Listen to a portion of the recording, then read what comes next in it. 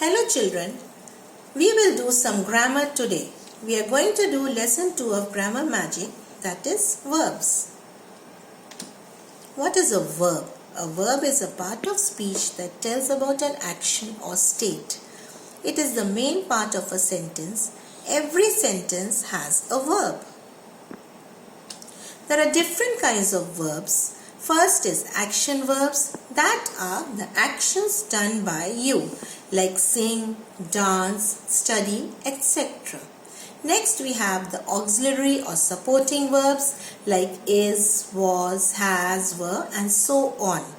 Then transitive verbs, intransitive verbs, finite verbs, non-finite verbs. Let us do each kind of verb in detail. Transitive verbs.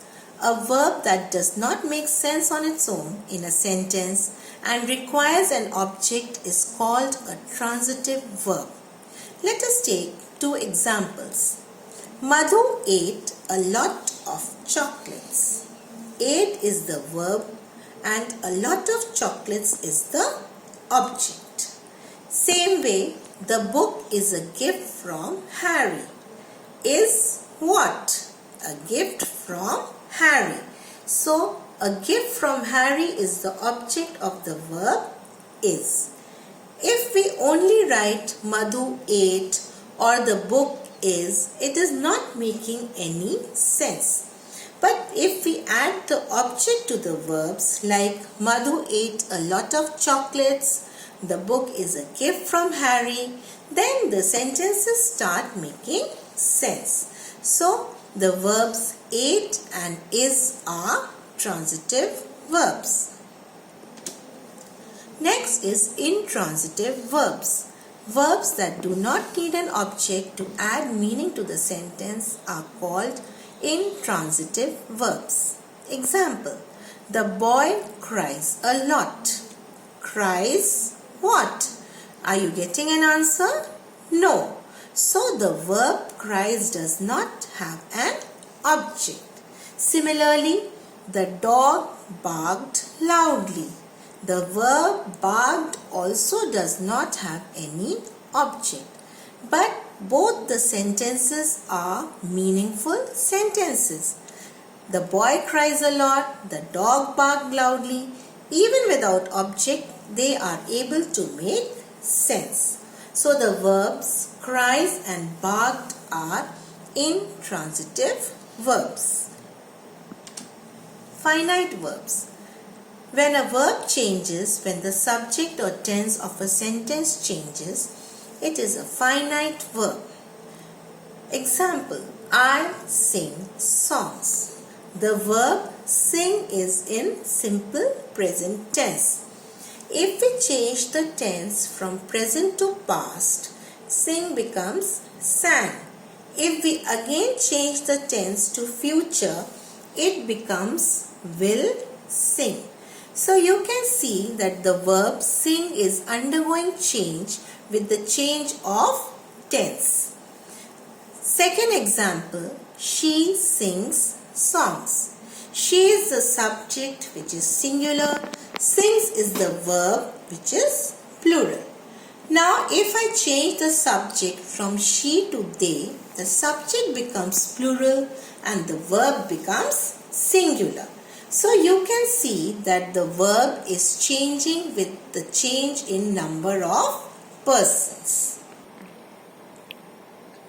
Non-finite verbs. The verb that does not change when the subject or tense of a sentence changes is called a non-finite verb. There are three types of non-finite verbs. First one is infinitives, that is to plus verb. Example, to dance. Let me put this in a sentence for you. I like to dance. He likes to dance. They liked to dance.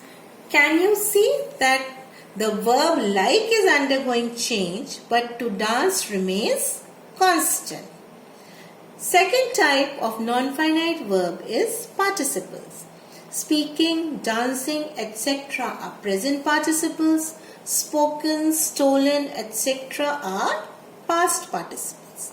Third is gerunds. Verbs that act as noun are known as gerunds. Example, reading, walking. If I say, I like reading. Though reading is a verb, but here it is acting as a noun. Now your verb should always agree with your subject, and there are certain rules which are to be followed. Verb is plural when the subject is plural and connected by and.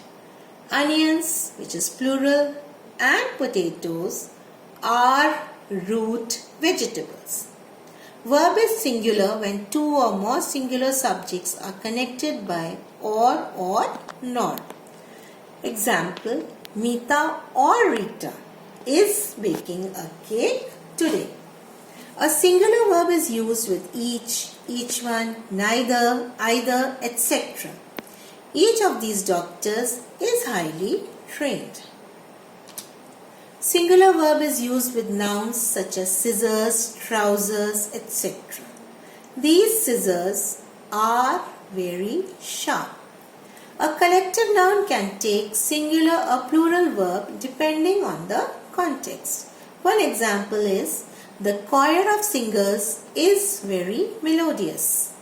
If a plural noun is a proper name, then it takes a singular verb. Little Women, which is the name of a book, is an interesting book. That's all for today. Thank you.